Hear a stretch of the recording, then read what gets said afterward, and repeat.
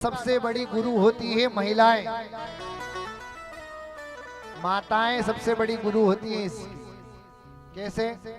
अरे आप गुरुजी हो, हाँ कैसे गुरु? देखो गुरु बनते सब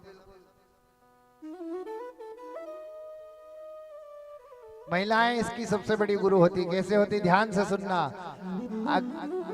बेटी का जब विवाह होता है और विवाह होने के बाद जब वो मायके पहली बार ससुराल से मायके आती है, कहाँ? ससुराल से मायके शादी के बाद पहली बार जब आती है, जब वो भोजन बनाती रहेगी, काम करती रहेगी, पर मन में मुस्कुराहट चलती रहेगी। आप सब तो गए ना?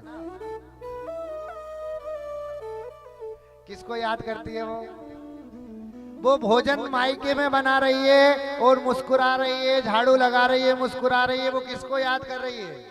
सबकी याद आ गई, पुरानी याद ताजा हो गई सब। अपने पति को।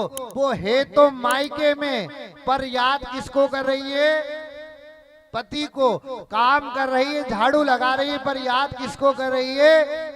पति को। भोजन बना रही है, पर याद किसको कर रही है? पति को। बस जैसे आपने अपने शादी की पहले बार जब मायके में आकर अपने हृदय में अपने पति को बिठाया था, उसकी जगह अब मेरे परमात्मा को बिठा लेना। यही संसार में रहकर संसार से परित्याग कर देना हो जाएगा।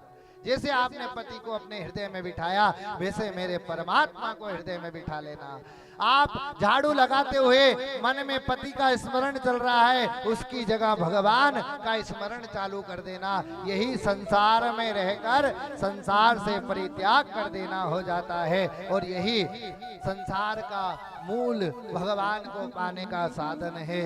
अरे कर से करम करहि विधि नाना। कर से, ये जो हाथ है ना, इनसे आप संसार का काम करो।